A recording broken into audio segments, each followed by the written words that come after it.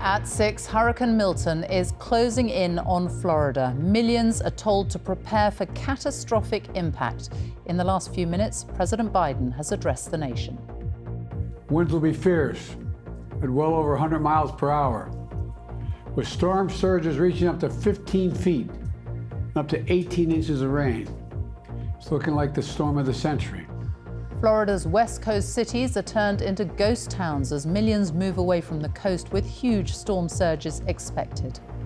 Already dangerous tornadoes developing over Florida hours before Hurricane Milton is due to make landfall. The BBC News at 6. This is the west coast of Florida right now as millions of people brace themselves for the lethal hurricane that is bearing down on them.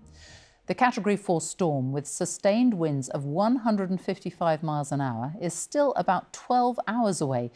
It's expected to be the most powerful storm to hit Florida in more than a century. Well, this is where the hurricane is expected to hit before it passes right over the state of Florida. And forecasters are warning of torrential rain, flash flooding, high winds, and possible storm surges of up to 15 feet. Surges happen when water moves inland from the coast. This is what it looks like from space. This was filmed from the International Space Station earlier today, and it shows just how vast the hurricane is. Well, our correspondent Gordon Carrera is in Tampa in Florida, where it's due to hit. And Gordon, conditions already starting to worsen there, yet it's hours away.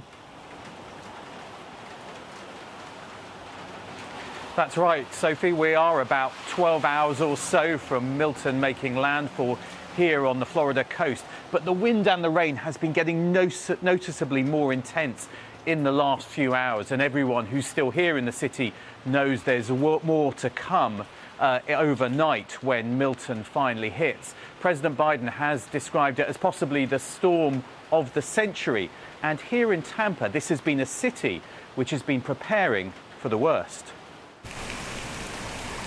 Tampa today has the feel of a ghost town, a city that's been left to the wildlife.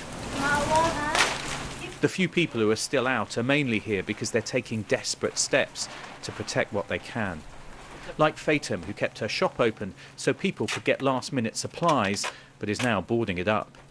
She's written her name on her arm in case something happens to her. Fatum. Fatum, I have my name here just in case I got flooded. Nobody knows where I am. So. You're that worried? You've written your name on your arm? It's better for people to know my identity, just in case.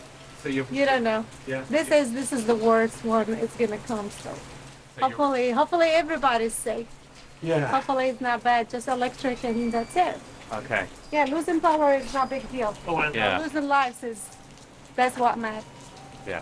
Thank you. This is Tampa's entertainment district. Normally it's bustling, but today it's boarded up. It lies just outside the mandatory evacuation zone, but everyone here seems to have taken the advice and either got out or hunkered down. At least half the city has left, and police are focusing on those who've remained in the high-risk areas. So we've evacuated nearly 200,000 people, but the challenge is it's just a few that are still out there.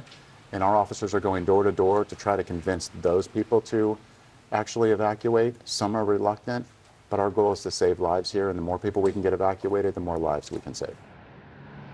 The Tampa region has around 3 million people living in it, and many did make their way out in the last few days, heeding the stark warnings. Petrol stations have been running out as people fill up. No one's quite sure when they will come back and to what. We've never had one like this. I've been here for 38 years and never had one that forced us to do this. Never being able to find fuel. This is the only place that has fuel. Diggers have also been trying to clean up the debris from Hurricane Helene, which hit 2 weeks ago, to try and reduce the risk of Milton throwing all of this around and causing more damage.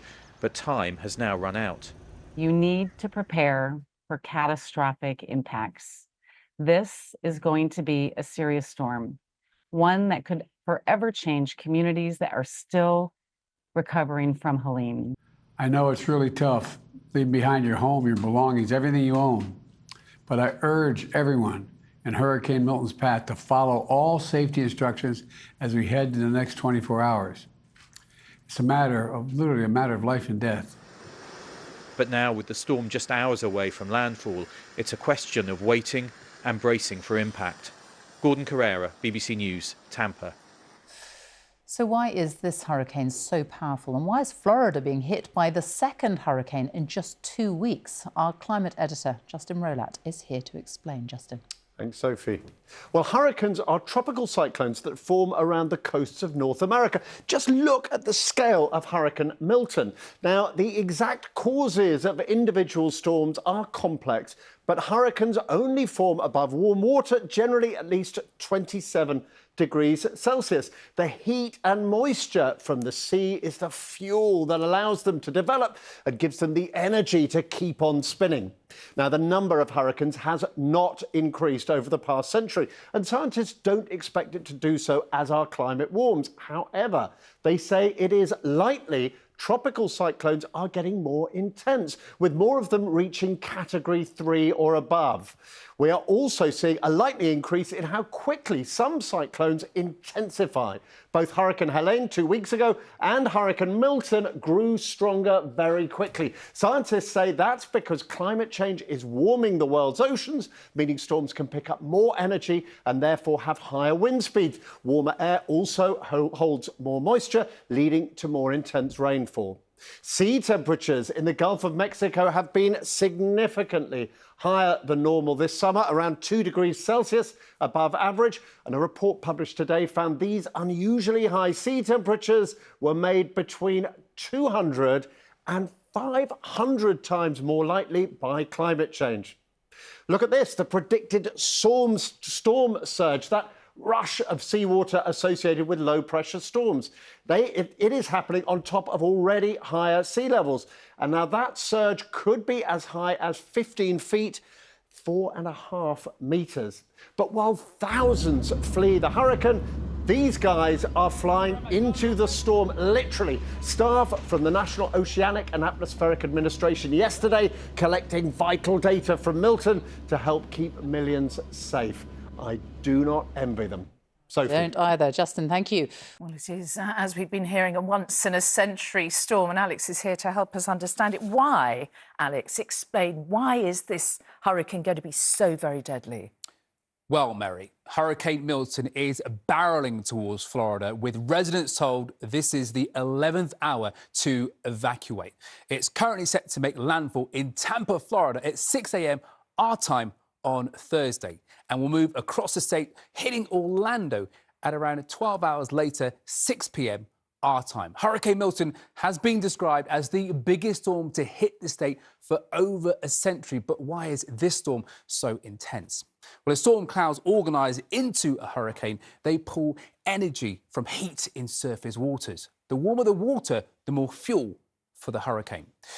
And thanks to climate change, those waters are rising in terms of temperature. The Gulf of Mexico is now the hottest it's ever been, with 2 to 3 degrees higher than what it normally would be at this time of year.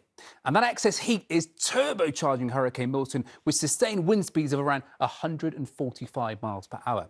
It also means a huge storm surge of up to 15 feet. And here's how the American channels are explaining exactly what that will look like. At 6 feet above the height of most people, vehicles get carried away, structures start to fail. Just look at this. The scary part is some areas could see surge values at 10 to 15 feet. And this takes us up to 9. And look what it does. At this level, the first floors of structures are completely flooded, and there are few places that it is safe when the water rises this high. So we are expecting devastation. And remember Hurricane Katrina, which killed around 1,300 people? Well, that made landfall as a Category 3 storm. And just 2 weeks ago, Hurricane Helene hit Florida as a Category 4 storm, killing more than 200 people. Hurricane Milton has been currently downgraded to a Category 4 storm, but regardless of the grade, the outcome is likely to be devastating. The next 12 hours could be historic. OK, well, we'll hear from you tomorrow, then, no doubt. For the moment, Alex, thanks very much indeed. Let's return to Robert, who's in Sarasota in Florida. Now, Robert, as I understand it, the outer bands of the hurricane have already started to hit land. What's happening where you are? What are you hearing? Well, the outer bands are certainly here. We can feel them and sense them all around us. You know, you would have to be living completely off the grid not to know of the intensity of the storm coming out of the Gulf of Mexico. I mean, there have been multiple warnings. There have been the president, the governor of the state of Florida has made the point. Local officials are making the point. The mayor of Tampa has actually said to those living in single-story homes that if you stay, by the morning your house is going to be a coffin. But I think the starkest warning came from the president himself. This is what he has just said. Winds will be fierce at well over 100 miles per hour, with storm surges reaching up to 15 feet and up to 18 inches of rain. It's looking like the storm of the century. Well, I mean, the real issue here is that this is not a remote part of the sort of central Florida coast. These are major population centers.